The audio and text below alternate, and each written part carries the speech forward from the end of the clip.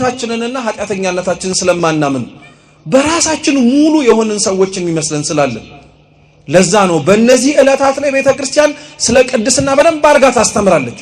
በዚህ ሳምንት ደግሞ በተጨማሪነት የምታስተምረው ትምህርት ደግሞ የአርባው ጾም መጀመሪያም አይደለም። በዚህ ጾም ውስጥ ጌታችን ኢየሱስ ክርስቶስ የተፈተነውን ፈተናም ጭምር ታስታውሳለች።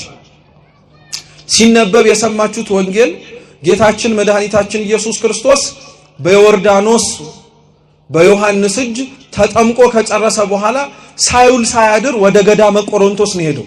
ለምን? ሰው ከተጠመቀ በኋላ የእግዚአብሔርን ልጅነት ካገኘ በኋላ ወደ ጽድቅ ስራ ነው መፋጠን መቻል ያለበት።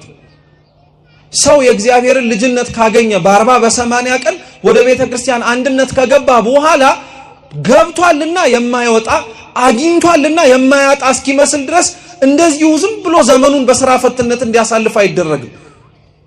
ልክ የተጠመቀ ሰው ጌታችን ተጠምቆ ወደ ገዳም እንደገባው ሁሉ የተጠመቀ ሰውም ገዳሙ ከሆነች ከቤተክርስቲያን ላይወጣ መግባት መቻል አለበት።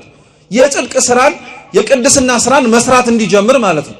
ጾምን ደግሞ የመሰለ ትልቅ የቅድስና እርከን ትልቅ የቅድስና ደረጃም ጭምር የለም።